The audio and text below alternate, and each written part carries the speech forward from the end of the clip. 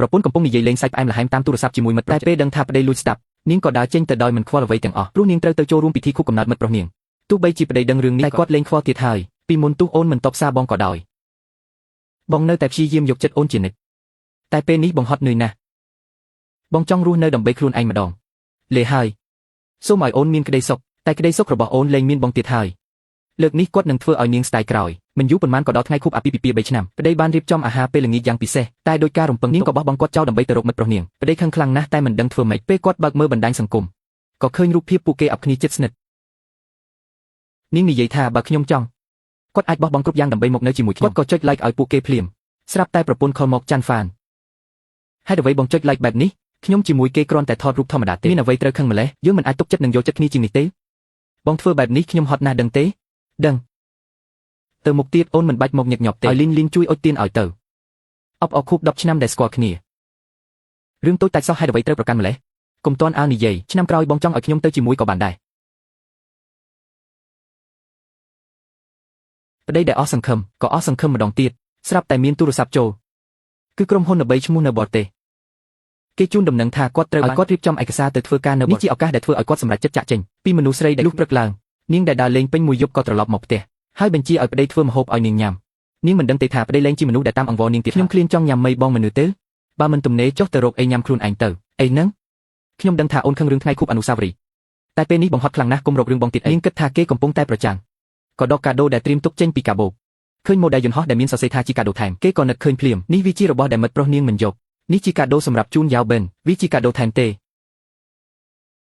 អរគុណចុះមានអីទៀតទេអស់ហើយចុះកាដូរបស់បងឯងសុំទោសផងបងភ្លេចបាត់ទៅហើយបងគ្មានលុយទេអូនទិញខ្លួនឯងទៅអូនភ្លេចមែនទេការដោះដូរកាដូជារៀងរាល់ឆ្នាំមិនមែនជាសន្យារបស់យើងទេមែនហើយប៉ុន្មានឆ្នាំមកនេះបងតែងតែធ្វើតាមជានិច្ចប្រហែលជាដល់ពេលត្រូវផ្លាស់ប្ដូរហើយអ្នកទៅណាទៅផឹកជាមួយមិត្តភក្តិមិនមែនបងធ្លាប់ប្រាប់ថាអូនមិនចូលចិត្តឲ្យបងតែពាក្យមិនចូលចិត្តរបស់អូនបងក៏ឈប់ផឹកតែពេលនេះបងបានរកឃើញសេរីភាពខ្លួនឯងវិញហើយដាក់ទោសអ្នកណាត្រឡប់ឃើញមិត្តភក្តិដែលខានជួបយូរគេក៏ប្រកាសថាចាប់ពីថ្ងៃនេះទៅគេលែងជាមនុស្សដែលខ្លាចប្រពន្ធទៀតជាយ៉ាងណាឃើញគេត្រឡប់មកវិញទាំងស្រវឹងនាងក៏ចាប់ផ្ដើមមានអារម្មណ៍ភ័យខ្លាចនាងថាខ្លួនឯងជាមួយបរិសនោះគ្រាន់តែជាមិត្តហើយប្រាប់ឲ្យគេចិត្តទូលាយនាងគិតថាគេនឹងចុះតាមសម្រួលតែគេមិនខ្វល់ពីនាងសំបីបន្តិចគេដើរចូលបន្ទប់ហើយចាក់សោទ្វារឆេនវ៉ែនបើកទ្វារឲ្យខ្ញុំភ្លាមឆេនវ៉ែនអ្នកកុំធ្វើខ្លួនបែបនេះកុំឲ្យដៃពេកណាឆេនវ៉ែនបើកទ្វារឲ្យខ្ញុំបើខ្លាំងពូកែផឹកចេញមកក្រៅមកថ្ងៃនេះអ្នកធ្វើលើហើយឆេនវ៉ែនបើកទ្វារឲ្យខ្ញុំឥឡូវនេះលោកនាយកលោកឲ្យដោយសារបញ្ហាផ្ទាល់ខ្លួនរបស់ខ្ញុំប្រហែលជាត្រូវសុំលាលែងពីការងារហើយមិនក៏ភ្លាមម្លេះលោកឈឿនសូមពិចារណាឡើងវិញម្ដងទៀតទៅក្រុមហ៊ុនពិតជាឲ្យតម្លៃលោកណាស់យើងគ្រោងនឹងដំឡើងតំណែងឲ្យលោកក្រោយចូលឆ្នាំពេលដែលខ្ញុំមកធ្វើការនៅក្រុមហ៊ុននេះគឺដើម្បីបាននៅចិត្តលោកវ៉ាងលីនតែប៉ុណ្ណោះតែពេលនេះវាមិនចាំបាច់ទៀតទេអរគុណលោកប្រធាននេះជាការសម្រេចចិត្តផ្ទាល់ខ្លួនរបស់ខ្ញុំបើអញ្ចឹងបើលោកសម្រេចចិត្តបែបនេះហើយខ្ញុំក៏គ្មានអ្វីត្រូវនិយាយទៀតដែរអរគុណលោកប្រធាននេះខ្ញុំធ្វើម្ហូបដោយខ្លួនឯងរីករាយថ្ងៃកំណើតណាយើងត្រូវតែល្អនឹងគ្នាកុំទីផ្ដេសផ្ដាស់អីបើខ្ញុំប្រាប់អ្នកឥឡូវនេះខ្ញុំកំពុងសម្រាកកំពុងធ្វើម្ហូបនៅផ្ទះ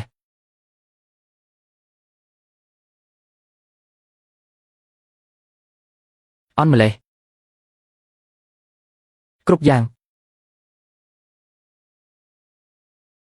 ឈប់និយាយទៅខ្ញុំនឹងទៅដល់ឥឡូវនេះ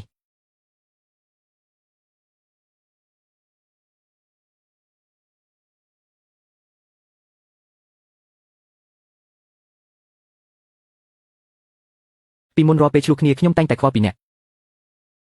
ពីមុនខ្ញុំតែងតែព្យាយាមធ្វើគ្រប់យ៉ាងដើម្បីឲ្យអ្នកពេញចិត្តពីមុនទោះអ្នកមិនតបសារខ្ញុំក៏ដោយខ្ញុំនៅតែព្យាយាមរត់តាមអ្នកតែពេលនេះខ្ញុំហត់ហើយខ្ញុំចង់រស់នៅដើម្បីខ្លួនឯងម្ដងសូមឲ្យអ្នកមានសុភមង្គលតែសុភមង្គលរបស់ខ្ញុំលែងមានអ្នកទៀតហើយ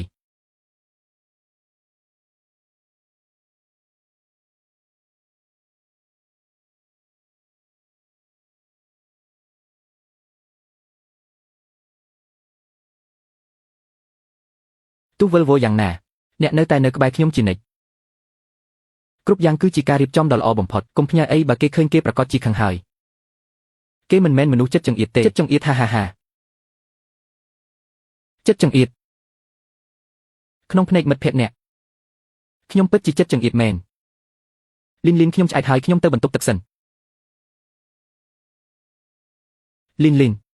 អ្នកកុំស្និទ្ធស្នាលជាមួយចៅប៊ីនពេកអីឈឿនហ្វានអ្នកចិត្តចង្អៀតពេកហើយអ្នកណាដែលគ្មានមិត្តភក្តិជាភេទផ្ទុយខ្លះនោះអ្នកគិតច្រើនពេកហើយស៊ុនលីខ្ញុំមិនមែនមានន័យបែបនេះទេចៅប៊ីនគឺជាសង្សារចាស់របស់លីនចុះបើជាសង្សារចាស់វិញមានបញ្ហាគ្នាហើយមិនអាចធ្វើជាមិត្តល្អនឹងគ្នាបានទេបើមិនមែនព្រោះតែគេខ្លាចជាសង្សារចាស់ក៏មិនមានអ្នកនៅពេលនេះដែរពេលដែលយ៉ាវប៊ិននៅជាមួយលិនគេសើចសប្បាយមិនដាច់ពីមាត់ឡើយតែពេលមកនៅជាមួយអ្នកវិញអ្នកហាមនេះហាមនោះគ្រប់យ៉ាងធ្វើឲ្យខ្ញុំធុញថប់ខ្លាំងណាស់បើគ្មានអ្នក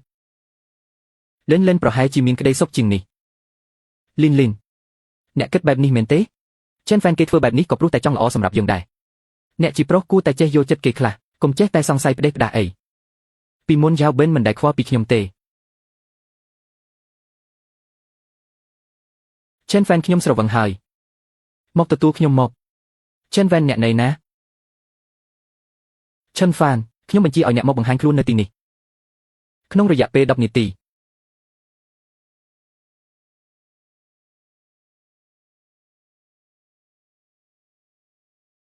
ឈិនវ៉ែនអ្នកហ៊ានដេកលក់ទៀតហេអ្នកដេកលក់ចុះទៅកាយ៉ាងម៉េចមិត្តស្រីអ្នកនៅខាងក្រៅម្នាក់ឯងពាក់កណ្ដាលអាធ្រាត្រអ្នកមិនខ្វល់ពីខ្ញុំបន្តិចសោះមែនទេមិត្តភក្តិខ្ញុំគេយកចិត្តទុកដាក់នឹងគ្នាណាស់ចុះអ្នកវិញសូម្បីតែសួរមួយម៉ាត់ក៏មិនសួរអ្នកចង់បានន័យថាម៉េចអ្នកដឹងទេថាខ្ញុំខឹងរឿងអ្វីពីមុនអ្នកធ្លាប់និយាយថាអ្នកមិនមែនជាឧបករណ៍សម្រាប់បំពេញតណ្ហាគ្រប់គ្រងរបស់ខ្ញុំទេឲ្យខ្ញុំផ្ដល់សេរីភាពដល់អ្នកខ្លះឥឡូវខ្ញុំផ្ដល់សេរីភាពឲ្យអ្នកពេញទីហើយតើអ្នកនៅមិនពេញចិត្តត្រង់ណាទៀតពីមុនអ្នកខំមកតាមដានខ្ញុំព្រោះអ្នកមិនទុកចិត្តខ្ញុំតែឥឡូវនេះសូម្បីតែខមួយខក៏មិនខដែរមែនទេអ្នកទុកចិត្តខ្ញុំខ្លាំងម្ល៉េះអ្នកជាមួយយ៉ាវប៊ិនខ្លាចជាមិត្តល្អនឹងគ្នាហើយខ្ញុំមានអ្វីត្រូវស្អប់ខ្ពើមទៅរូបដែលផុសនោះគ្រាន់តែចង់ទុកជាអនុស្សាវរីយ៍ប៉ុណ្ណោះ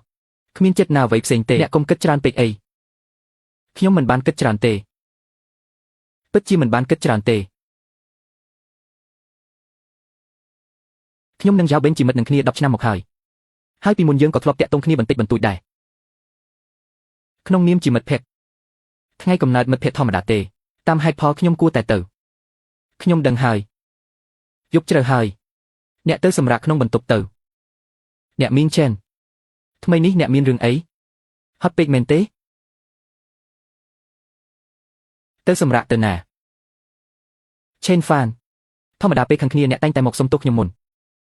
ឥឡូវខ្ញុំខំមកនិយាយជាមួយអ្នកមុនតើអ្នកអូអ្នកគិតថាខ្ញុំកំពុងតែអង្វរអ្នកមែនទេនៅធ្វើជាមិនដឹងទៀតយប់នេះអ្នកគេងបន្ទប់ធំឬបន្ទប់តូចចិនហ្វេនអ្នកកំពុងស្ដាប់ខ្ញុំនិយាយទេយប់នេះអ្នកគេងនៅទីនេះមែនទេបានបើអញ្ចឹងខ្ញុំចេញទៅក្រៅអ្នកអាឡូលោកគ្រូវងសៀវហ្វាននិយាយថាអ្នកចិត្តទៅបរទេសហើយមែនទេរឿងនេះមិនក៏មិនប្រាប់លោកគ្រូមួយម៉ាត់លោកគ្រូដឹងរឿងនេះហើយស្អែកយប់នេះថ្នាក់យើងជួបជុំគ្នាបន្តិចចាត់ទុកថាជាការជូនដំណើរអ្នកស្អែកម៉ោង 9 យប់នៅភោជនីយដ្ឋានណាខ្ញុំក៏កន្លែងរួចរាល់ហើយបានចាំជួបគ្នាយប់ស្អែក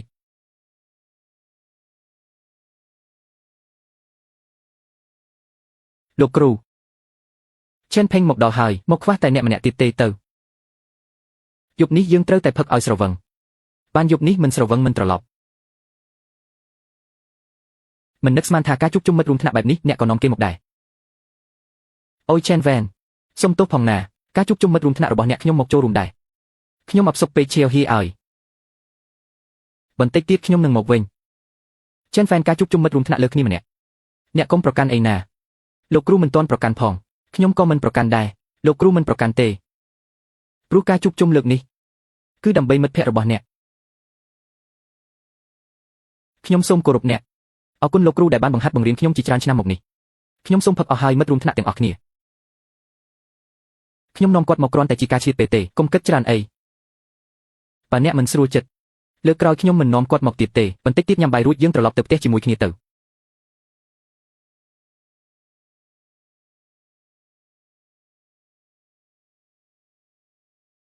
មិនបាច់ទេយើងមិនបានជិះឡានជាមួយគ្នាផងឡានដែលបើកមកនឹងល្អណាស់ហ៊ានធ្វើដាក់ខ្ញុំដល់ថ្នាក់នេះចាំមើលខ្ញុំធ្វើឲ្យអ្នកខឹងស្លាប់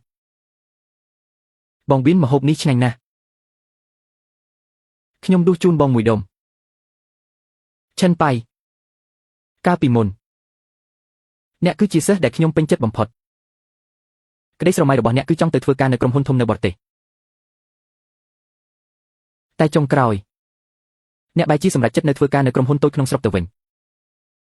ពិតជាធ្វើឲ្យខ្ញុំនឹកស្មានមិនដល់មែនលោកគ្រូកាលនោះខ្ញុំនៅក្មេងខ្ចីធ្វើរឿងខុសឆ្គងច្រើនណាស់ឥឡូវកាយខ្លួននៅទាន់ពេលទេហាមែនហើយឥឡូវនេះអ្នកចិត្តបានទៅបរទេសហើយមែនទេអ្នកអាចសម្រេចក្តីស្រមៃរបស់អ្នកបានហើយខ្ញុំសង្ឃឹមថាអ្នកនឹងខំប្រឹងបន្តទៀតដើម្បីកិត្តិយសប្រទេសជាតិលោកគ្រូសូមជូនពរមួយកែវជូនពរឲ្យអ្នកធ្វើដំណើរដោយសុវត្ថិភាពជោគជ័យគ្រប់ភារកិច្ច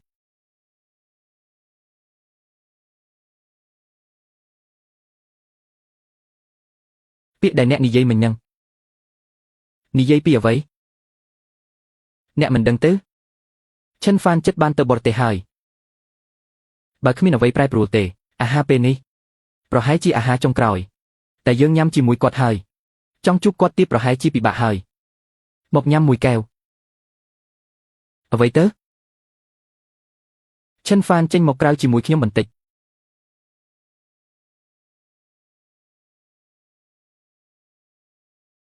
ឈិនហ្វានអ្នកមានន័យថាម៉េចរឿងទៅបរទេសធំដល់ថ្នាក់នេះហេតុអ្វីលាក់បាំងខ្ញុំរឿងហ្នឹងពេលដែលខ្ញុំសម្រេចចិត្តរឿងនេះអ្នកកំពុងតែនៅជាមួយចៅប៊ីនខ្ញុំមិនចង់រំខានអ្នកទេឈិនហ្វានទោះជាយ៉ាងណាក៏ខ្ញុំជាសង្សារអ្នកដែរ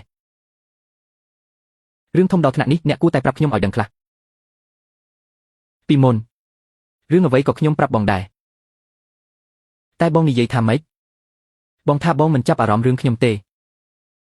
កុំផ្ញើរបស់ឥតប្រយោជន៍មកពេញទូរស័ព្ទបងឥឡូវបានដូចបំណងហើយខ្ញុំលែងផ្ញើរបស់ឥតប្រយោជន៍មកទៀតហើយចុះហេតុអីបងនៅមិនពេញចិត្តទៀតមិនមែនទេតែទោះជាយ៉ាងណារឿងធំបែបនេះបងគួរតែពិភាក្សាជាមួយខ្ញុំយ៉ាងហោចណាស់ក៏ត្រូវដឹងថាបងទៅយូរប៉ុណ្ណាដែរប្រហែល1ឆ្នាំយូរម្ល៉េះតាមពិតខ្ញុំគិតថានឹងទៅរស់នៅបរទេសរហូតវ៉ាងលីនបងបោកប្រាស់ខ្ញុំច្រើនដងហើយលើកនេះដល់វេនខ្ញុំបោកបងវិញម្ដងស៊ិនហ្វានបន្តិចទៀតយើងទៅផ្ទះជ័យគ្នាលេងណាកុំខ្លាចអីអូចិនហ្វានលីថាអូននឹងទៅបរទេសមែនទេហាអូនកុំបារម្ភអីចាំដល់ពេលអូនទៅបរទេសបងនឹងជួយមើលថែអូនឲ្យបានល្អនោះធម្មតាពេលទៅបរទេសអូនអាចមកនៅផ្ទះបងបានចៅពីនបងស្រវឹងហើយបងមិនស្រវឹងទេបងដឹងខ្លួនច្បាស់ណាស់ចាំដល់ពេលអូនមកនៅផ្ទះបងអូនអាចធ្វើម្ហូបឲ្យបងញ៉ាំរាល់ថ្ងៃមិនមែនអូនចូលចិត្តធ្វើម្ហូបឲ្យបងទេហីអូនសម្លាញ់យើងនៅជាមួយគ្នាយូរឆ្នាំហើយអូនមិនដែលធ្វើម្ហូបឲ្យបងញ៉ាំប៉ុន្មានដងផងមើលទៅក្នុងចិត្តអូនបងពិតជាមិនស្មើនឹងសង្សារចាស់ម្នាក់នេះទេចៅពីនបងស្ដាប់ខ្ញុំសិនល្អគាត់ស្រវឹងហើយពួកយើងមិនដែលប៉ះពាល់គ្នាទេបងកុំយកច្រឡំអីបងជឿអូនលីងបងវើមុខណាស់ជូនបងទៅផ្ទះទៅហេអូនថាអូនមិនចូលចិត្តស្រាចុះបើជាចៅពីនហេតុអីអូនព្រមបងចាំបន្តិចខ្ញុំឲ្យឡានឲ្យគាត់រួចយើងទៅផ្ទះជាមួយគ្នាណាបងចង់ឲ្យអូនជូនបងទៅផ្ទះមិនអីទេគាត់ហាក់ដូចជាត្រូវការបងជាងខ្ញុំបន្តិចទៀតខ្ញុំត្រឡប់ទៅវិញម្នាក់ឯងបានហើយឈិនហ្វានបងស្ដាប់ខ្ញុំសិនបងជូនខ្ញុំទៅផ្ទះទៅ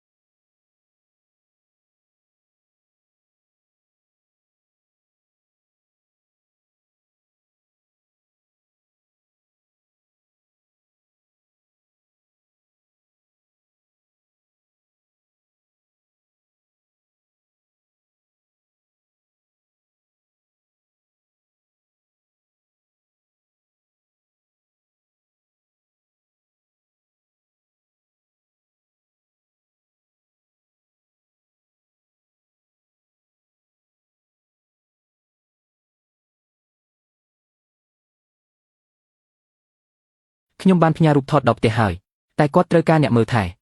យប់នេះខ្ញុំប្រហែលជាមិនបានត្រឡប់ទៅវិញទេ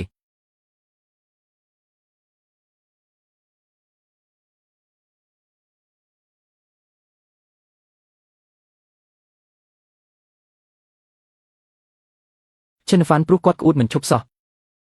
ម្យ៉ាងទៀតយប់ជ្រៅហើយទើបខ្ញុំនៅទីនេះបងកុំគិតច្រើនអីណា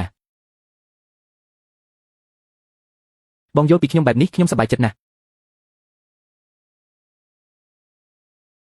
ឈិនហ្វានបងចាំបន្តិចគាត់ក្អួតទៀតហើយ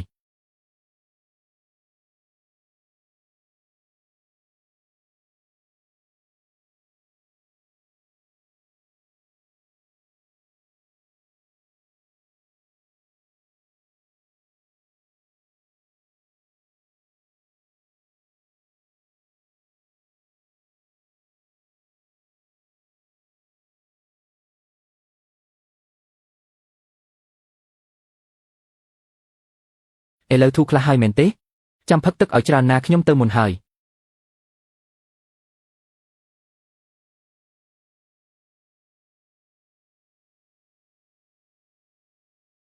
ខ្ញុំមិនធ្លាប់ប្រាប់បងទេអេសថាខ្ញុំមិនចូលចិត្តឲ្យបងផឹកស្រា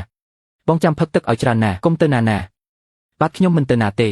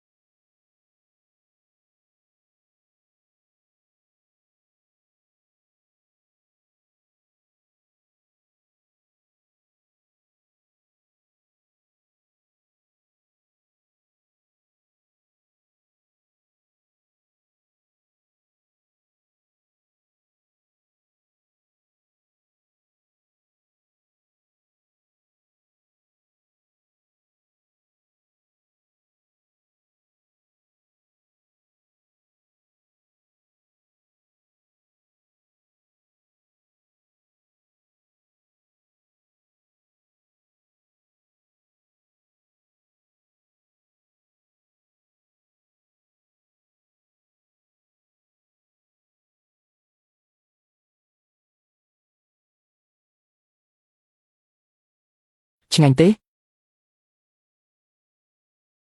មិនមែនបងមិនចូលចិត្តញ៉ាំទេអេបងមិនដឹងទេថាមើលថែអ្នកស្រវឹងវាពិបាកប៉ុណ្ណាចាំគាត់ស្វាងស្រាខ្ញុំនឹងត្រឡប់ទៅវិញភ្លាមលំបាកបងហើយបងប្រចាំខ្ញុំទៀតហើយមែនទេបើថ្ងៃក្រោយបងផឹកដល់ថ្នាក់ក្អួតខ្ញុំក៏នឹងមើលថែបងយ៉ាងយកចិត្តទុកដាក់ដូចគ្នា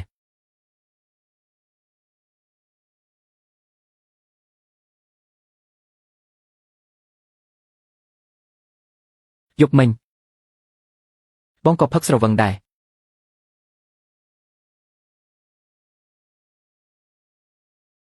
អូមែនហើយថ្ងៃនេះស៊ុនលីភ្ជាប់ពាក្យជាមួយសង្សារគាត់គេក៏បានអញ្ជើញខ្ញុំដែរបន្តិចទៀតបងទៅជាមួយខ្ញុំណាមិនមែនបងធ្លាប់និយាយថាខ្ញុំមិនស័ក្តិសមទៅកម្មវិធីបែបនេះទេអេមិនមែនបងចង់ទៅយូរហើយទេអេអើយមិនបាច់ទេខ្ញុំមិនទៅធ្វើឲ្យមិត្តភក្តិបងមិនសប្បាយចិត្តទេពួកគេក៏មិនចូលចិត្តខ្ញុំដែរបងជាសង្សារខ្ញុំពួកគេមិនហ៊ានមើលងាយបងទេបងត្រូវមានទំនុកចិត្តលើខ្លួនឯងខ្លះបងភ្លេចហើយអេថាមិត្តភក្តិបងធ្លាប់និយាយអ្វីខ្លះ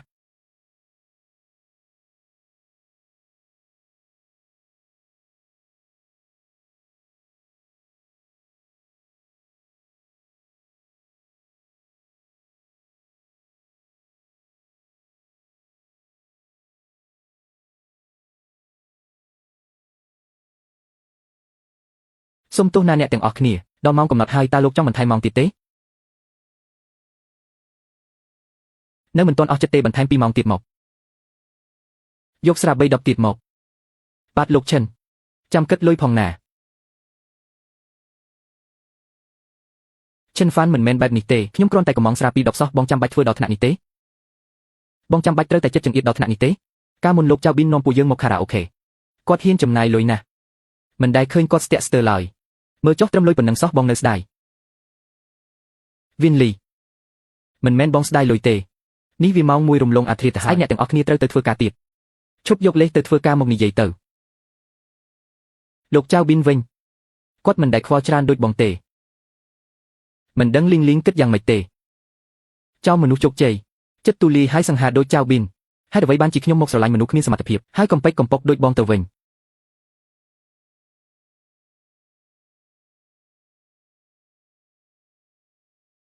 មើលមុខលីងលីងធ្វើអីបងសង្ឃឹមថាឲ្យនាងជួយនិយាយជំនួសមែនទេសង្សារខ្លួនឯងចិត្តចង្អៀតចង្អល់នាងក៏ខ្មាស់គេដែរឈប់ទៅបើគ្មានលុយកុំធ្វើជាចិត្តទូលីមកចិញ្ចឹមគេកុំឲ្យគេមើលងាយបាទបងសុំទោសបងគិតមិនបានដិតដល់លើកក្រោយបងនឹងកែពួកអ្នកទាំងអស់គ្នាផឹកបន្តចុះកុំឲ្យរឿងតូចតាចនេះធ្វើឲ្យខូចបរិយាកាសចាំបន្តិចទៀតបងជាអ្នកទូទាត់លុយមកខ្ញុំជូន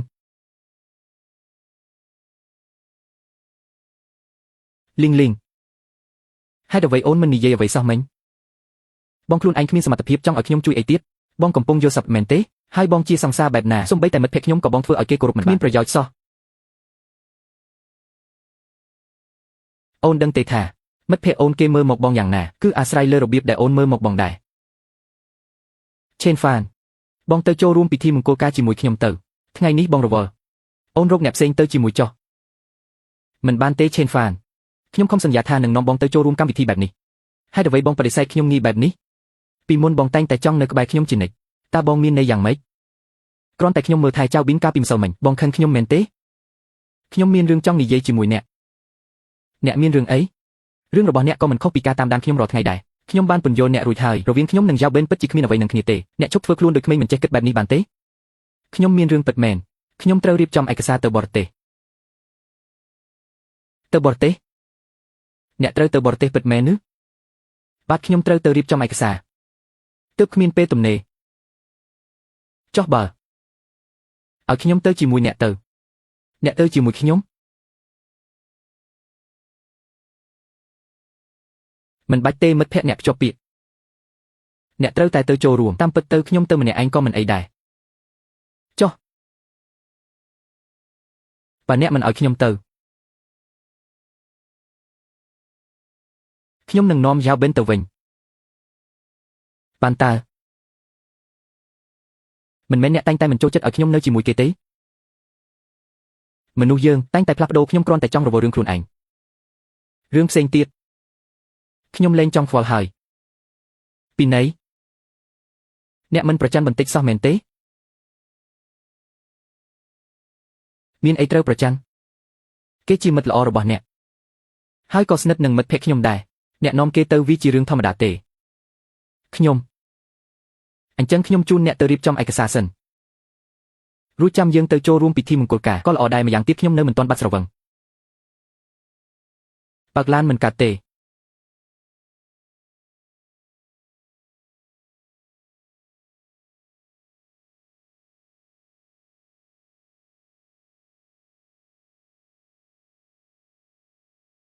បដូរទឹកអប់ថ្មីមែនអូស្ដាប់ទៅហើយមែនហើយយូរហើយដែលមិនបានជិះឡានអ្នកមានអារម្មណ៍ថាប្លែកបន្តិចមិនដឹងថាចាប់តាំងពីពេលណាដែលអ្នកលែងជិះឡានខ្ញុំទៀត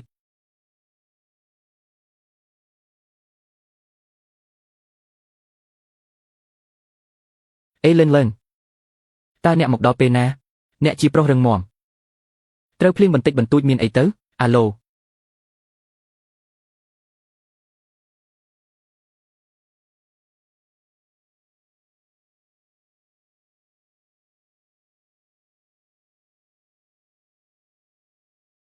លើកទូរស័ព្ទទៅលីនខ្ញុំរៀបចំរបស់របររួចរាល់អស់ហើយអញមកទទួលខ្ញុំឆាប់មកខ្ញុំកំពុងរវល់ខ្លាំងណាស់អញជិះតាក់ស៊ីខ្លួនឯងទៅបានទេវ៉ាងលីនមិននឹកស្មានថាអញចេះបដិសេធដែរប្លែកមែនលីនអញក៏ដឹងដែរកន្លែងខ្ញុំនៅវាដាច់ស្រយាលពិបាករកឡានណាស់ម្យ៉ាងទៀតពីមុនមកអញតែងតែមកទទួលខ្ញុំរហូតនឹងបើអញមិនមកទទួលខ្ញុំប្រហែលជាទៅមិនរួចទេផ្លូវឆ្ងាយណាស់ហត់នឿយណាស់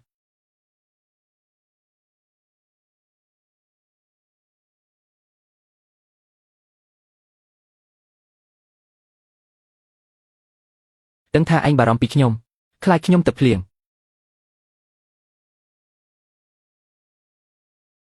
មែនហើយ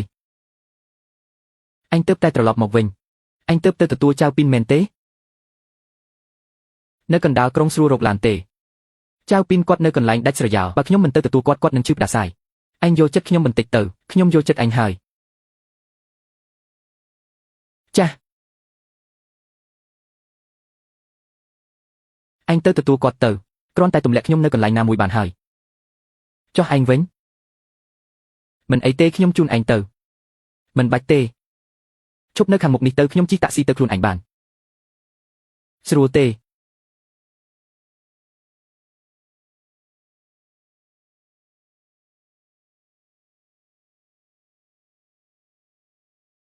ថ្ងៃនេះខ្ញុំនឹងត្រឡប់ទៅផ្ទះវិញលឿនបន្តិច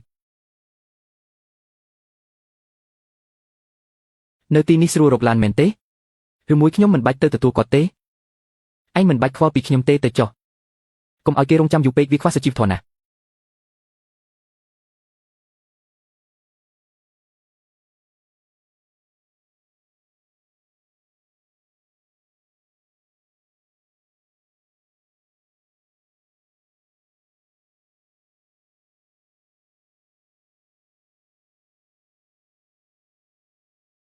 ស្អែកត្រូវទៅបរទេសហើយ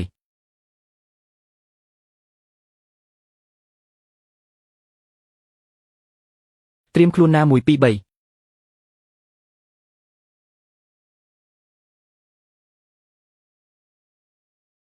លីនឯងក៏ត្រូវប្រញាប់ឡើងដែរមនុស្សល្អនៅក្បែរខ្លួនឯងនេះហើយឯងត្រូវចេះស្រឡាញ់ថែរក្សាឲ្យល្អស្រឡាញ់គ្នាទៅស្រឡាញ់គ្នាទៅ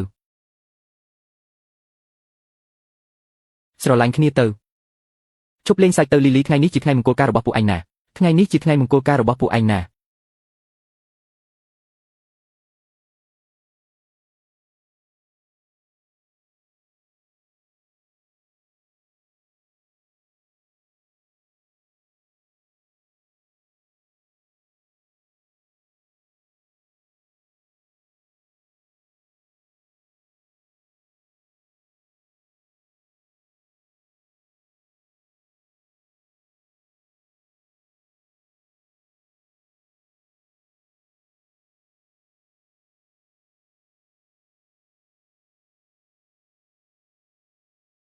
ឆេនហ្វានម្សិលមិញពួកគេលេងសប្បាយពេកខត់មិនឲ្យខ្ញុំទៅវិញសោះខ្ញុំដេកនៅសន្តាគារទេអ្នកមិនបាច់ពន្យល់ខ្ញុំទេពីមុនអ្នកក៏មិនដែលពន្យល់ខ្ញុំដែរឆេនហ្វានអ្នកឃើញវីដេអូនោះហើយមែនទេគេគ្រាន់តែនិយាយលេងសើចទេគេលេងសើចទេតើឃើញហើយវាគ្រាន់តែជារឿងលេងសើចខ្ញុំមិនខឹងទេម្សិលមិញអ្នករៀបចំឯកសារទៅបរទេសរួចហើយមែនទេចុះអ្នកក្រុងនឹងទៅពេលណាក្នុង2ថ្ងៃនេះមែនទេសម្បត្តិយន្តហោះក៏មិនទាន់កក់ផងឆិនហ្វានអ្នកនឹងទៅបរទេសមែនទេឆិនហ្វានកុំលេងសាច់អីមិនក៏អ្នកហ៊ានចោលខ្ញុំទៅបរទេសនេះជារឿងពិតមែនទេឆិនហ្វានខ្ញុំគិតថាពួកយើងគួរតែនិយាយគ្នាឲ្យច្បាស់ខ្ញុំមិនអាចទទួលយកទំនាក់ទំនងពួកយើងពេលនេះបានទេចុះមានអីមិនល្អមែនទេខ្ញុំមិនមែនខំប្រឹងធ្វើឲ្យអ្នកពេញចិត្តរហូតមកទេពេញចិត្តខ្ញុំមិនពេញចិត្តទេពីមុនអ្នកមិនមែនបែបនេះទេឥឡូវខ្ញុំនិយាយអ្វីអ្នកក៏មិនឆ្លើយតបដែរដូចជាមនុស្សគ្មានវិញ្ញាណអញ្ចឹងពីមុនអ្នកតែងតែប្រាប់ឲ្យខ្ញុំចេះយកចិត្តចុះពេលខ្ញុំចេះយកចិត្តហើយមិនក៏អ្នកមិនពេញចិត្តទៅវិញតើមកពីចៅពីងមែនទេបានជាអ្នកត្រជាក់ត្រជុំដាក់ខ្ញុំបែបនេះបើអ្នកមិនពេញចិត្តនឹងទំនាក់ទំនងខ្ញុំជាមួយចៅពីងខ្ញុំអាចធ្វើដើម្បីអ្នកកាត់ផ្តាច់ទំនាក់ទំនងជាមួយគេទាំងអស់តែសូមកុំធ្វើដាក់ខ្ញុំមិនខ្វល់ខ្វាយអ្វីទាំងអស់បែបនេះបានទេអ្នកគិតច្រើនពេកហើយខ្ញុំមិនបានខ្វល់ទេអ្នកចង់រាប់អានអ្នកណាវាជាសិទ្ធិរបស់អ្នកខ្ញុំគ្មានសិទ្ធិទៅហាមឃាត់ទេខ្ញុំបានយល់ព្រមច្រើនណាស់ហើយបើអ្នកមិនជឿខ្ញុំនឹងទូរស័ព្ទទៅចៅពីងឥឡូវនេះ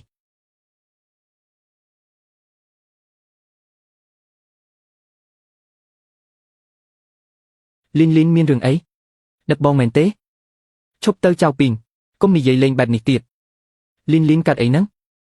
ធម្មតាពួកយើងនិយាយគ្នាបែបនេះរហូតតាចៅពីងចាប់ពីពេលនេះទៅយើងកុំតាក់ទងគ្នាទៀតអីយ៉ាងណាក៏ខ្ញុំមានសង្សារហើយដែរដូច្នេះយើងកុំតាក់ទងគ្នាទៀតហើយក៏កុំរកខ្ញុំទៀតអីយើងលុបឈ្មោះចោលហើយភ្លុកគ្នាទៅវិញទៅមកទៅលីនអូននិយាយអីហ្នឹងអូននិយាយម្ដងទៀតមើលបងស្ដាប់ខុសមែនទេបងស្ដាប់មិនបានទេខ្ញុំប្រាប់ថាឈប់តាក់ទងខ្ញុំទៀតទៅអូបងយល់ហើយមកពីសង្សារបងអូនម្នាក់នោះប្រច័ណ្ឌមែនទេគាត់ចង្អៀតចង្អល់ម្លេះប្រហែលជាគាត់គ្មានមិត្តភក្តិទេដឹងបានជាគាត់ច្រណែនអូនកុំតាមចិត្តគាត់ពេកវ៉ាងលីនតើបងនិយាយដើមគេប៉ុន្មានដងហើយនៅចំពោះមុខគាត់គ្រប់គ្រាន់ហើយចៅពីនសូមបងចេះរក្សាថ្លៃថ្នូរផងឈិនហ្វានជាសង្សាររបស់ខ្ញុំមិនមែនរឿងរបស់បងដែលត្រូវមកចង្អុលបង្ហាញនោះទេចាប់ពីពេលនេះទៅកុំមកតាក់ទងខ្ញុំយើងបែកគ្នាដោយសន្តិវិធីទៅបងឃើញទេខ្ញុំបានកាត់ផ្តាច់ទំនាក់ទំនងជាមួយគេហើយ តើយើងចាប់ផ្ដើមជីវិតថ្មីជាមួយគ្នាបានទេខ្ញុំសន្យាខ្ញុំនឹងចាំបងនៅផ្ទះយ៉ាងស្ងៀមស្ងាត់បងប្រហែលជាមិនត្រូវការឲ្យអូនចាំទេបងត្រូវទៅបរទេសហើយ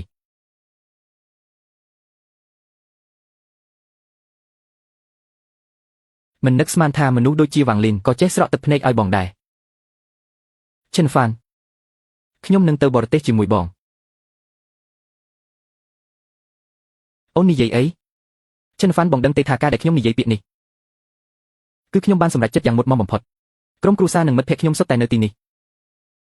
ហើយការងារខ្ញុំឆ្នាំនេះក៏កំពុងទៅមុខយ៉ាងល្អប៉ុន្តែឈិនហ្វានខ្ញុំសុខចិត្តដើម្បីបងបោះបង់ចោលគ្រប់យ៉ាងដើម្បីចាប់ផ្ដើមពីសូន្យនាំខ្ញុំទៅជាមួយបងបានទេខ្ញុំស្មានថាខ្ញុំអាចបំភ្លេចបានហើយហេតុអ្វីបេះដូងខ្ញុំឈឺចាប់ខ្លាំងម្ល៉េះឈិនហ្វាននាំខ្ញុំទៅជាមួយបងទៅ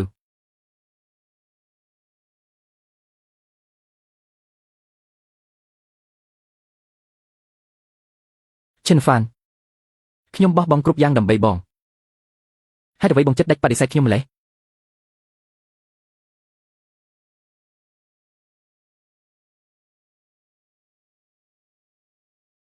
យើងបែកគ្នាទៅបងនិយាយអីឈិនហ្វានខ្ញុំមិនចង់បែកពីបងទេតែខ្ញុំមានកន្លែងណាខ្វះខាតខ្ញុំនឹងកែខ្លួនឲ្យតែបងព្រមឲ្យឱកាសយើងចាប់ផ្ដើមពីដំបូងវិញបានទេសុំទោសលីលីញ៉ាំអីទៅខ្ញុំដឹងថាអូននៅតែស្រឡាញ់បងអូននៅតែខ្វល់ពីបងមែនទេគ្រាន់តែពេលនេះយើងមានបញ្ហាបន្តិចបន្តួចបងនឹងកែខ្លួនចាប់ផ្ដើមពីដើមវិញបានទេយើងជាមនុស្សពីពិភពលោកផ្សេងគ្នាពេលនេះបងហត់នឿយណាស់ចង់ត្រឡប់ទៅពិភពលោករបស់បងវិញទេបងមិនព្រមទេដរាបណាខ្ញុំមិនព្រមយើងមិនទាន់បែកគ្នាទេបែកគ្នាអូនគួរតែសប្បាយចិត្តទើបត្រូវក្នុងទំនាក់ទំនងនេះបងមិនចង់ចែករំលែកជីវិតជាមួយអូនមិនចង់ឲ្យអូនគ្រប់គ្រងបងល្អហើយចាប់ពីថ្ងៃនេះទៅគ្មានអ្នកណាគ្រប់គ្រងបងទៀតទេបងមានសេរីភាពហើយ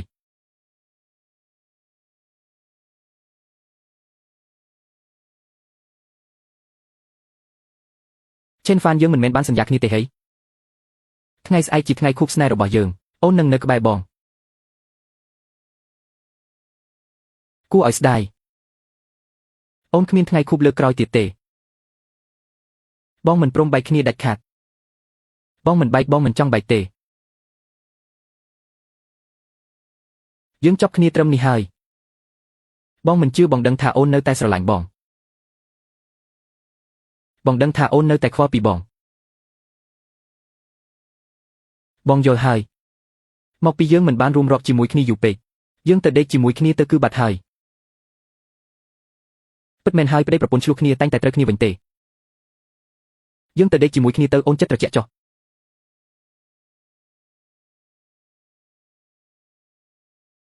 អូនចិត្តត្រជាក់ចុះអូនមិនចង់ត្រជាក់ចិត្តទេអូនមិនចង់ឲ្យបងប្រាប់ឲ្យអូនត្រជាក់ចិត្តអូនធ្វើមិនបានទេពិតមែនហើយបងមិនអាចគ្មានអូនបានទេបងមិនចង់បែកពីអូនបងមិនព្រមបានក្នុងពេលដែលបងមិនព្រមបែបនេះចូលយើងរីករាយនឹងការអបគ្នាជាលើកចុងក្រោយនេះចុះ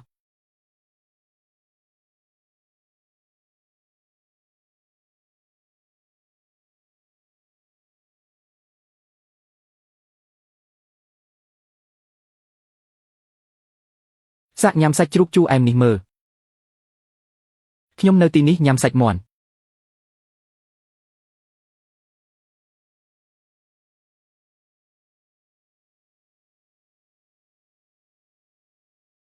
ខ្ញុំសម្លាប់វាហើយ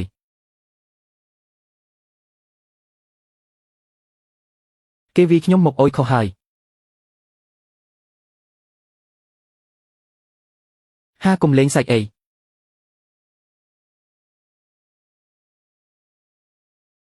ហាលើកនេះលីគ្នាពិតមែនហើយលើកនេះលីគ្នាពិតមែនហើយ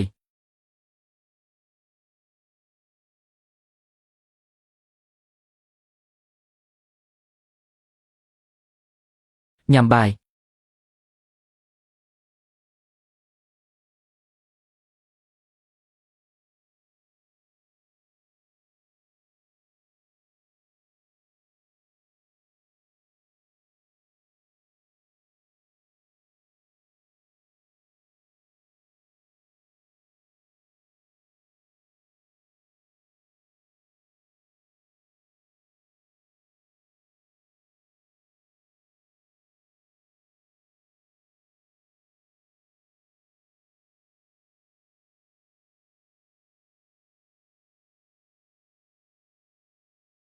ក្តារជើង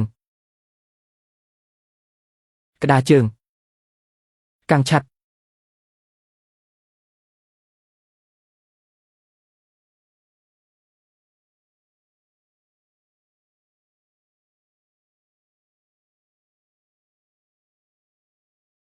អ្នកនៅណាអ្នកទៅណាហើយ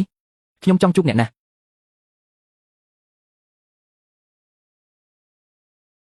មានរឿងអី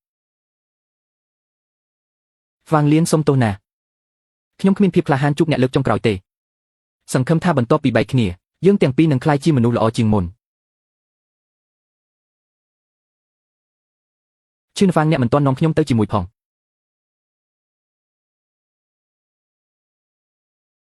មនុស្សល្ងងមិនក៏ធ្វើបែបនេះមិនមែនអ្នកថាត្រូវនាំខ្ញុំទៅជាមួយទេប៉ាក់ឡានកុំមើលមនុស្សល្ងងអ្នកកុហកខ្ញុំមិនក៏អ្នកកុហកខ្ញុំបែបនេះអ្នកធ្លាប់សន្យាថានឹងនាំខ្ញុំទៅជាមួយមនុស្សល្ងងហាហាកាលពីមុនខ្ញុំជឿអ្នករាប់មិនអស់តែចុងក្រោយអ្នកកុហកខ្ញុំម្ដងហើយម្ដងទៀតលើកនេះដល់វេនអ្នកម្ដងហើយឈឺនវ៉ាននោះគ្រាន់តែជាការជួបជុំមិត្តភក្តិធម្មតាទេចៅពីងគាត់មិនបានមកទេខ្ញុំឃើញរូបថតអ្នកជាមួយចៅពីងក្នុងបណ្ដាញសង្គមហើយហេតុអ្វីកុហកខ្ញុំអូយខ្ញុំខ្លាចអ្នកគិតច្រើនខ្លាចអ្នកយល់ច្រឡំអ្នកកុំខឹងអី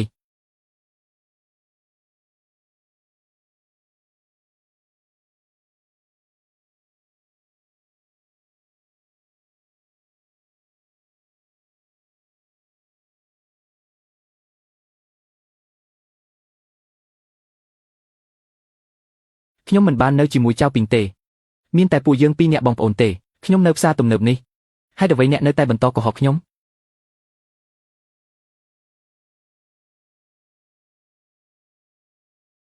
ឈឿនហ្វានចៅពីងថ្ងៃនេះទិញខ្សែឲ្យអតិថិជនស្រី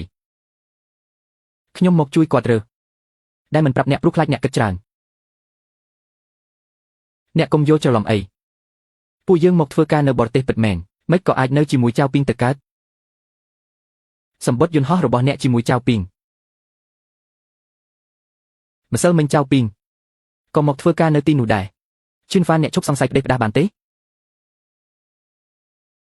រាល់ពេលដែលអ្នកកុហកខ្ញុំឈឺចាប់ណាស់លើកនេះដល់វេនអ្នកហើយប៉ាក់ឡាន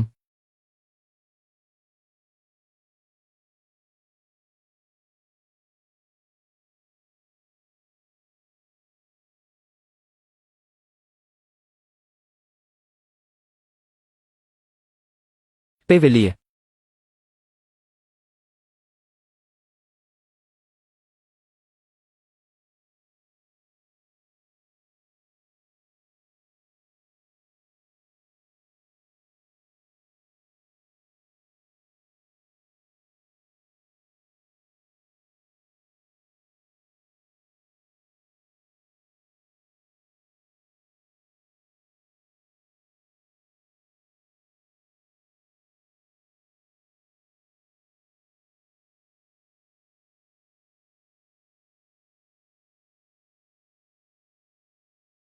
នេះកាដូថ្ងៃខួបរបស់យើងអរគុណអ្នកធ្វើអីហ្នឹងវ៉ាចូលចិត្តកាដូថ្ងៃបុណ្យណូអែលទេមិនក៏ដឹងថាខ្ញុំចង់បានទឹកអប់មួយនេះចូលចិត្តខ្លាំងណាស់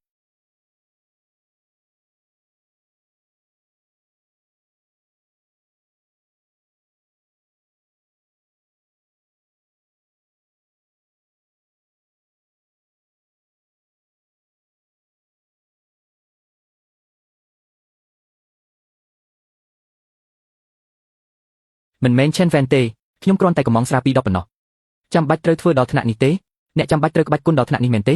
អ្នកមើលមុខលេងធ្វើអីអ្នកនៅសង្ឃឹមឲ្យគេជួយនិយាយរកអ្នកទៀតមែនទេបើគ្មានលុយកុំធ្វើជាអ្នកមានចិត្តទូលីអីកុំឲ្យគេមើលងាយលេងមើលចុះបើខ្ញុំយកប្រាក់ខែប្រចាំខែមកទិញឡានឲ្យអូននោះយើងនឹងសងថ្លៃឡានឆាប់ដាច់ដល់ពេលនោះយើងនឹងទិញផ្ទះមួយទៀតតើអូនយកយ៉ាងណាល្អណាស់ថ្ងៃក្រោយយើងនឹងមានទាំងផ្ទះទាំងឡានហើយ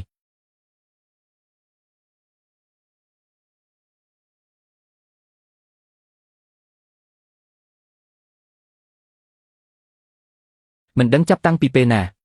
តែអ្នកមិនបានជិះឡានខ្ញុំទៀតមិនដឹងចាប់តាំងពីពេលណាតែអ្នកមិនបានជិះឡានខ្ញុំទៀតអ្នកជាប្រុសរឹងមាំទឹកភ្លៀងបន្តិចបន្តួចមានអីទៅ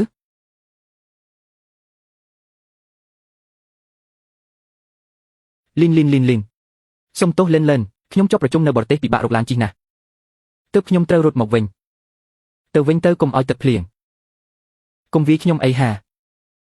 សាក់ញ៉ាំសាច់ជ្រូកជូរអែមនេះមើលឆ្ងាញ់ណាស់សាក់មើលទៅបើខ្ញុំយកប្រាក់ខែប្រចាំខែមកទិញឲ្យអូននោះយើងនឹងសងថ្លៃឡានឆាប់ដាច់យើងនឹងមានទាំងផ្ទះទាំងឡានហើយចូលចិត្តការដូរថ្ងៃបុណ្យនៃក្តីស្រឡាញ់ទេអ្នកទើបតែទៅទទួលយ៉ាវបិនអ្វីអ្នកកុហកខ្ញុំរឿងសម្បត្តិយន្តហោះរបស់អ្នកនឹងយ៉ាវបិន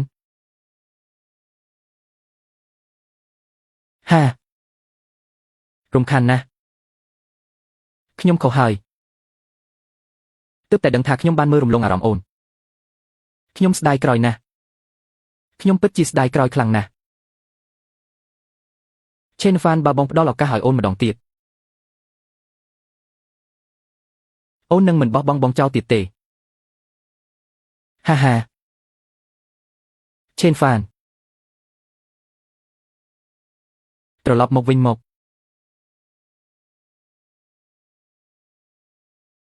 ហា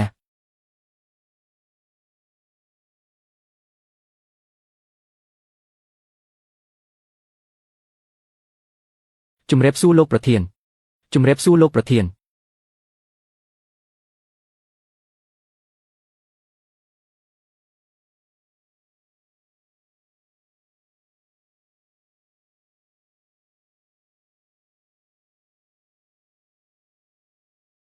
ឆេនហ្វានគ្រាន់តែត្រឡប់ទៅស្រុកកំណើតសោះហើយអ្វីធ្វើមុខមាត់តឹងតែងម្លេះនេះមិនមែនគ្រាន់តែជាការត្រឡប់ទៅស្រុកធម្មតាទេយើងត្រឡប់ទៅរៀបការនៅទីនោះកូនក្រមុំរបស់បងត្រូវតែរៀបចំឲ្យបានអធិកអធមចុះរៀបការហើយនៅមិនព្រមហៅឲ្យត្រឹមត្រូវទៀត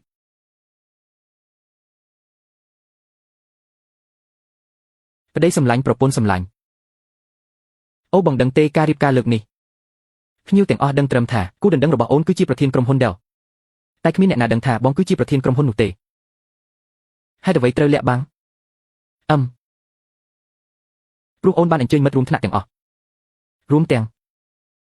វ៉ាងលីនផងដែរអូនខ្លាចវាបង្កបញ្ហាដល់បងទើបសម្រេចចិត្តលាក់អត្តសញ្ញាណបងសិនអូនអញ្ជើញគេមកដែរឬបាទយ៉ាងណាក៏ធ្លាប់ជាមិត្តរួមថ្នាក់គ្នាដែរអូនចង់ឲ្យពិធីមង្គលការយើងកាន់តែពេញលេញបងមិនប្រកាន់ទេមែនទេពិតជាមិនប្រកាន់ទេអ្វីកន្លងផុតទៅយូរហើយល្អហើយអូនខ្លាចបងមិនសប្បាយចិត្តរឿងរ៉ាវរវាងបងនិងវ៉ាងលីនបងបំភ្លេចចោលអស់ហើយពេលនេះបងចង់នៅជាមួយអូនតែម្នាក់គត់អូនក៏ដូចគ្នាទៅចុះកុំឲ្យតន់ជើងហោះហើរតោះអូបងសម្លាញ់ជាងផាត់មុខអូនមកដល់ហើយអូនទៅផាត់មុខនឹងស្លៀកឈុតកូនក្រមុំសិនហើយត្រូវការឲ្យបងជូនទៅទេមិនបាច់ទេការផាត់មុខវាស្មុគស្មាញណាស់បងទៅជួបជុំមិត្តរួមថ្នាក់នៅសាលខាងមុខសិនទៅបានទៅចុះ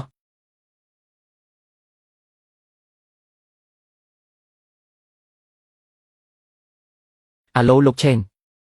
ចិញ្ចៀនអាពាហ៍ពិពាហ៍តម្លៃ20លានយ៉នដែលលោកបានកុំងខ្ញុំនឹងបញ្ជូនទៅដល់ទីតាំងរៀបការឥឡូវនេះខ្ញុំទើបតែចុះពីយន្តហោះប្រហែលជាយឺតបន្តិចទើបទៅដល់សូមនិយាយមកពីឆ្នាំនេះអូនបានរួមសុខរួមទុក្ខជាមួយបងមកគ្រប់យ៉ាងប្រាប់ខ្ញុំមកថាតើក្តីស្រឡាញ់ពិតជាអ្វីចម្លើយគឺខ្ញុំនឹងផ្ដល់អនាគតដ៏ល្អបំផុតជូនអ្នកព្រមទាំងពិធីមង្គលការដែលមិនអាចបំភ្លេចបានអូលោកឆេនអ្នកដែលមកពីសងខានជីឈ្មោះយ៉ាវបេងចៅប៊ីង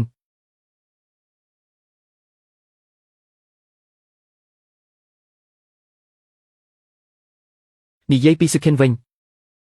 ពិតជាគួរឲ្យច្រណែនមែនក្រៅពីមានឪពុកជាអ្នកមានបំផុតនៅហេឆិននាងថែមទាំងស្រស់ស្អាតទៀតកាលនៅរៀននាងជាតារាប្រចាំសាលាពេលនោះនាងរើសខ្លាំងណាស់អ្នកតាមចែកចង់ច្រើនណាស់តែគ្មាននរណាម្នាក់ត្រូវចិត្តនាងឡើយនិយាយតាមត្រង់ខ្ញុំពិតជាចង់ដឹងណាស់ ថាតើបរិសុទ្ធបែបណាទៅដែលអាចយកឈ្នះចិត្តនាងបានអ្នកដែលអាចរៀបការជាមួយស៊ឺថេនបានប្រកាសជាមិនមែនមនុស្សធម្មតាទេខ្ញុំប្រាប់ឲ្យដឹងចុះគូដណ្ដឹងរបស់ស៊ឺថេនគឺជាថ្នាក់ដឹកនាំក្រុមហ៊ុនដែលមានលុយរាប់រយលានក្នុងដៃហើយថែមទាំងឮថាជាបរិសុទ្ធសង្ហានិងមានសមត្ថភាពទៀតផងស័ក្តិសមនឹងស៊ឺថេនខ្លាំងណាស់ពិតជាគូព្រេងពិតប្រាកដមែនចុះយ៉ាវបេងអ្នកមិនមែនជាមិត្តរួមថ្នាក់របស់ស៊ឺថេនផងហើយអ្វីបានជាអ្នកដឹងរឿងច្រើនជាងពួកយើងទៅទៀតហេមើលនេះចុះ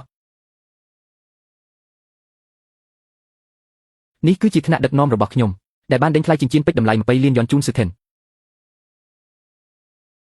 ខ្ញុំទើបតែលួចមើលបន្តិចចិញ្ចៀននោះភ្លឺខ្លាំងរហូតខ្ញុំបើកភ្នែកមិនរួចទេអ្វីណាចិញ្ចៀនតម្លៃ20លានយ៉នកុំថាឡើយ20លានបើមានអ្នកណាទិញចិញ្ចៀន1លានឲ្យខ្ញុំប្រកាសជាលែងលះជាមួយប្តីខ្ញុំភ្លាមហើយបេងប្រយ័ត្នប្រយែងបន្តិចទៅនេះជាចិញ្ចៀនតម្លៃ20លានយ៉នណាថ្នាក់ដឹកនាំរបស់អ្នកឲ្យអ្នកយកទៅជូនទៅឲ្យអ្នកយកទៅឲ្យគាត់អ្នកមិនប្រញាប់ទៅរកលោកឆេនទេបើមានបញ្ហាអ្វីយើងសង្កេតមិនរួចទេមិនអីទេមិនឃើញថ្នាក់ដឹកនាំខ្ញុំរៀបចំអង្គរៈ2នាក់ឲ្យខ្ញុំទេតើអាចមានបញ្ហាអ្វីទៅលិនឥឡូវនេះអាជីពខ្ញុំកំពុងតែជោគជ័យខ្លាំងចិញ្ចៀនតម្លៃរាប់សិបលានក៏ខ្ញុំអាចទិញបានស្រួលដែរបើអូនព្រមបងនឹងទិញឲ្យអូនលីងអូនប្រហែលជាមិននៅនឹកអាឆេនហ្វៀននឹងទៀតទេមែនទេអាឆេនហ្វៀននឹងវាគ្មានបានការអីទេទៅរស់នៅបរទេសក៏ប្រហែលជាមិនជោគជ័យអីដែរបើមិនអញ្ចឹងទេមិនក៏2ឆ្នាំមកនេះមិនឃើញមានដំណឹងអីសោះមនុស្សប្រុសគ្មានបានការបែបហ្នឹងមិនសមនឹងឲ្យអូននឹកដល់ទេបងថាអូនគួរតែបំភ្លេចគេចោលទៅហើយមកស្រឡាញ់ជាមួយបងវិញល្អជាងទូឆេនហ្វានក៏តែគេពិតជាល្អជាមួយអូនខ្លាំងណាស់អូនជឿថាគេក៏មិនភ្លេចអូនដែរគេនឹងត្រឡប់មកការអូនវិញអូយ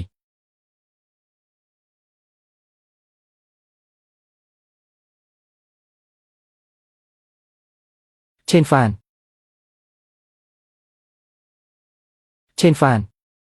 មែនជាអ្នកមែនទេ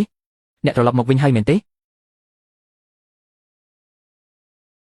ឆេនហ្វានហេតុអ្វី2ឆ្នាំនេះអ្នកមិនតាក់ទងមកអូនអ្នកដឹងទេថា2ឆ្នាំនេះអូនរស់នៅយ៉ាងណាយើងបែកគ្នាហើយចំណែក2ឆ្នាំនេះខ្ញុំមានជីវិតរបស់ខ្ញុំអ្នកក៏មានជីវិតរបស់អ្នកដែររឿងអតីតកាលទុកឲ្យវាចប់ទៅចុះតែអូនមិនដែលភ្លេចអ្នកទេអ្នកដឹងទេថា2ឆ្នាំនេះអូនជឿចាប់ខ្លាំងប៉ុណ្ណាអូនស្ដាយក្រោយណាស់រាល់ថ្ងៃអូនស្ដាយក្រោយដែលមិនបានថែរក្សាអ្នកឲ្យល្អហេះមិនចេះស្គាល់ល្អអាក្រក់សោះស្រីស្អាតល្អបែបនេះអញបែរជាមិនចេះថែរក្សា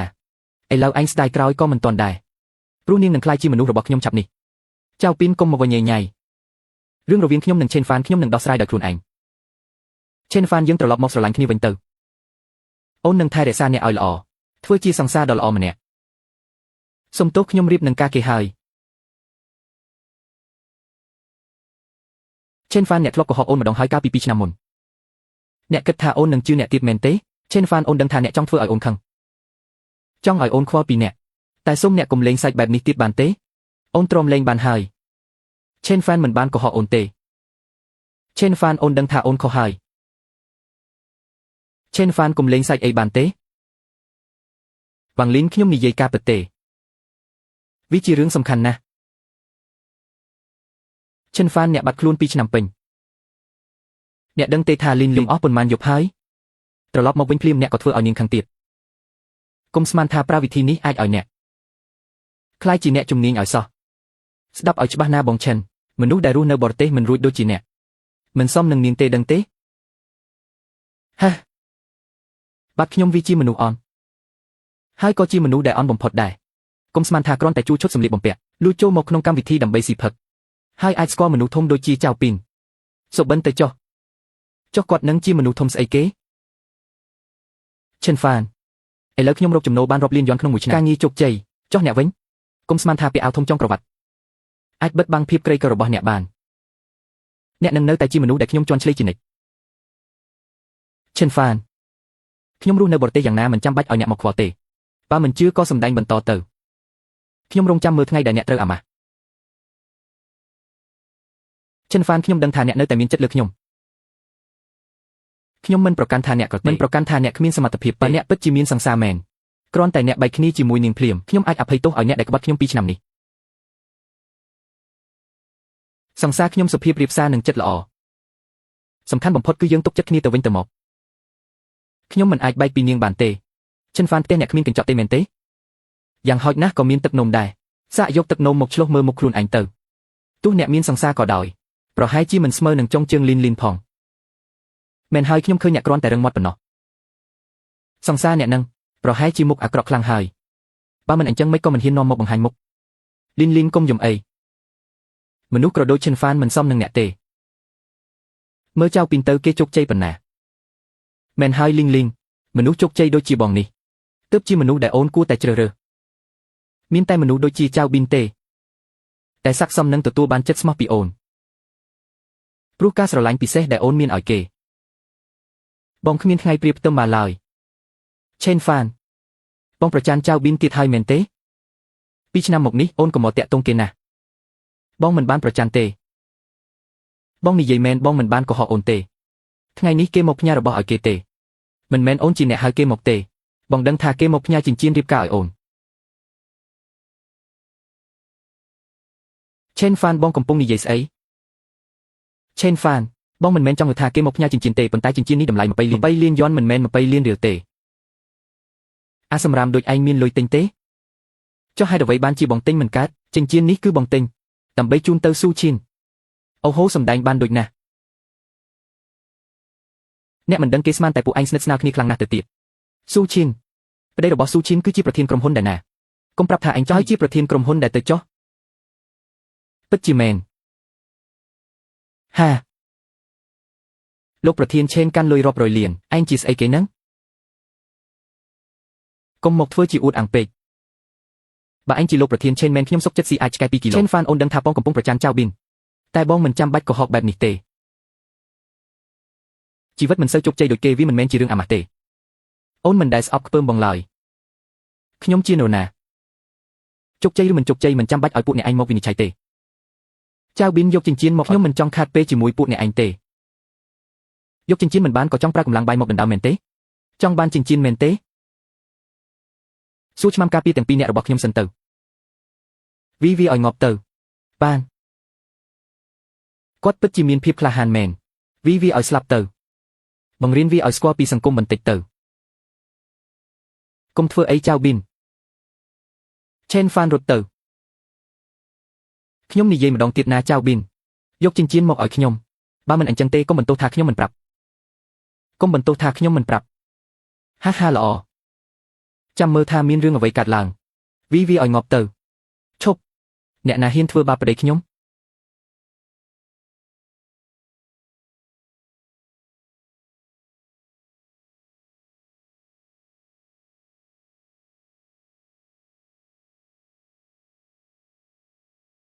អ្នកណាហ៊ានធ្វើបាបប្តីខ្ញុំ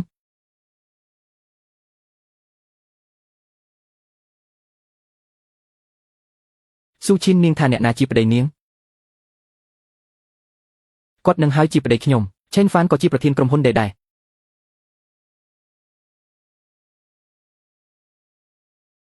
អ្វី Chen Fan ជាប្តីរបស់នាងមែនទេអ្វី Fan ជាលោក Chen ដែលគ្រប់គ្រងលុយរាប់រយលានមែនទេមិនអាចទៅរួចទេគាត់អាចជាលោក Chen បានយ៉ាងម៉េចលោកប្រធាន Chen Fan គាត់ពិតជាប្រធានក្រុមហ៊ុនដែរមែនទេអូយ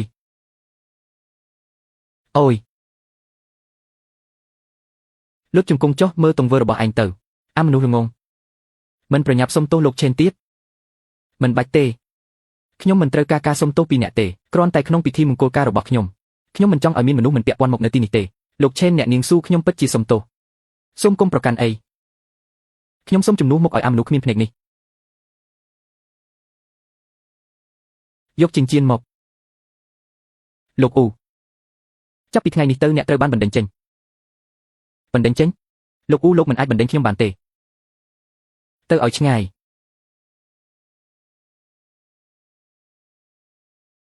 លីងយើងទៅវិញទៅ Chen Fan ឥឡូវគេជោគជ័យហើយកុំធ្វើជាមនុស្សអត់គុណធម៌បែបនេះឯងហ៊ានវាខ្ញុំ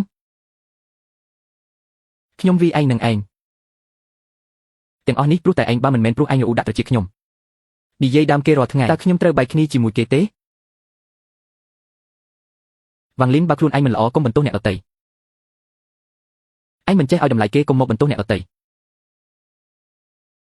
ស៊ុនមីន ថ្ងៃនេះខ្ញុំចង់ផ្ដាច់ទំនាក់ទំនងជាមួយអ្នកផ្ដាច់គឺផ្ដាច់ហើយ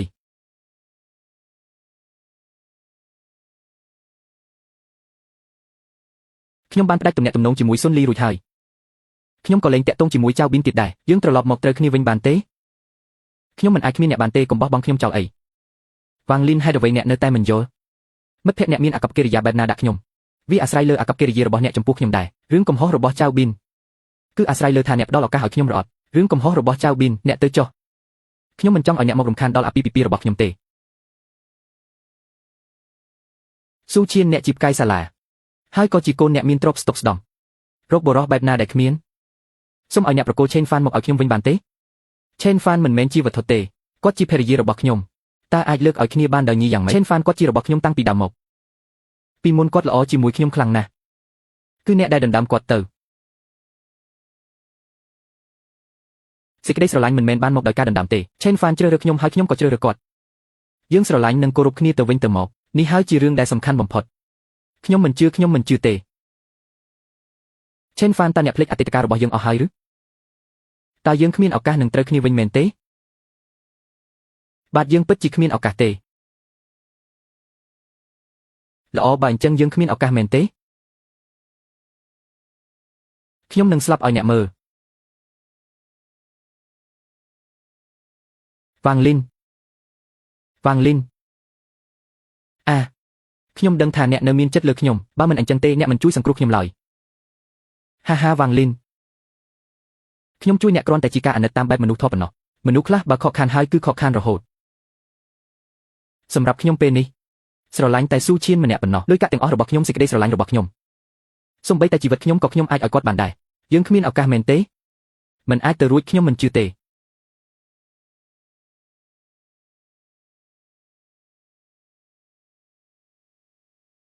ឆេនហ្វានខ្ញុំលុតជង្គង់សុំទោសអ្នកខ្ញុំសូមអង្វរអ្នកអូនមិនចិត្តដាច់ដាក់បងបែបនេះទេមែនទេយើងមិនអាចទៅរួចទៀតទេបងក្រោកឡើងទៅអត់ទេបើអូនមិនព្រមបងមិនក្រោកទេ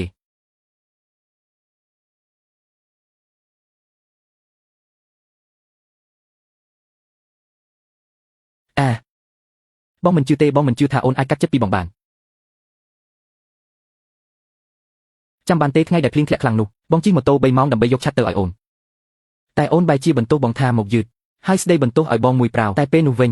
អូនកំពុងញ៉ាំអាហារពេលល្ងាចជាមួយឆៅពីនអូនមិនបានទឹកភ្លៀងសំបីតែបន្តិចចាប់ពីពេលនោះមកចិត្តបងចាប់ផ្ដើមមានស្នាមប្រេះហើយ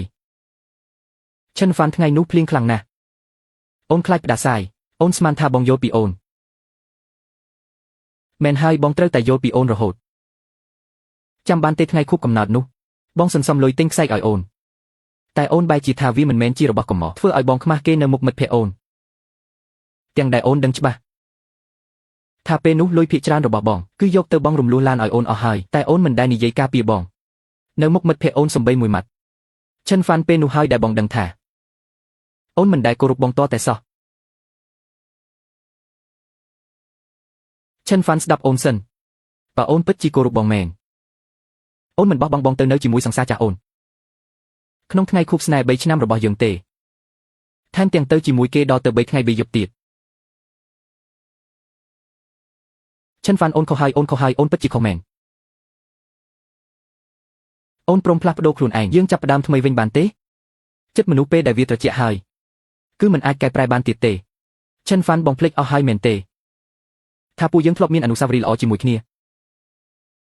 អនុស្សាវរីយ៍វាអាចយកមកហូបបានទេវាអាចជួយលុបលាងការជិះចាប់ដែលបងឆ្លងកាត់រាល់យប់ថ្ងៃនេះបានទេវ៉ាងលីនភ្ញាក់ខ្លួនឡើងទៅស្នេហាមិនមែនមានតែការទាមទារទេតែវាគឺជាការលះបង់ពីមនុស្សទាំងពីរនាក់តែអូនស្រឡាញ់បងណាពិតមែនអូនស្រឡាញ់បងអូនគឺជាមនុស្សដែលស្រឡាញ់បងជាងគេលើโลกនេះអ្នកប្រកាសចិត្តមែនទេថាស្រឡាញ់ខ្ញុំអ្វីដែលអ្នកស្រឡាញ់គឺមនុស្សម្នាក់ដែលព្រមលះបង់គ្រប់យ៉ាងដើម្បីអ្នកជាមនុស្សល្ងីល្ងើដែលចេះតែអត់អន់ឲ្យអ្នកស្រឡាញ់មនុស្សម្នាក់ដែលព្រមបោះបង់ក្តីស្រមៃ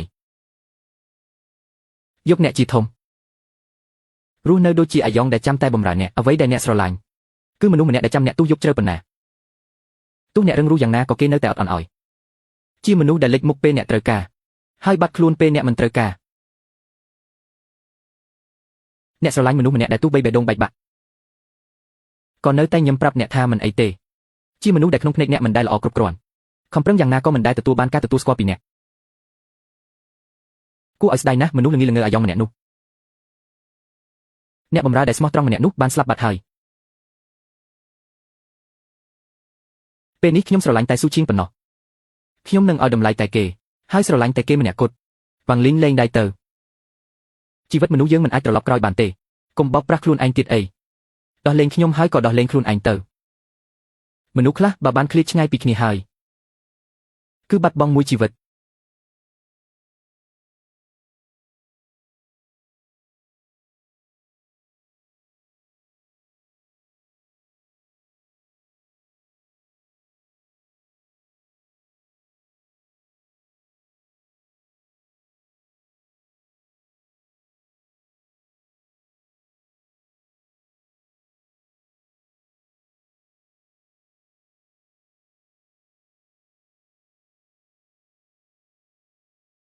ថ្ងៃរៀបការនេះគឺជាថ្ងៃដែលខ្ញុំត្រូវដោះស្រាយជាមួយអ្នក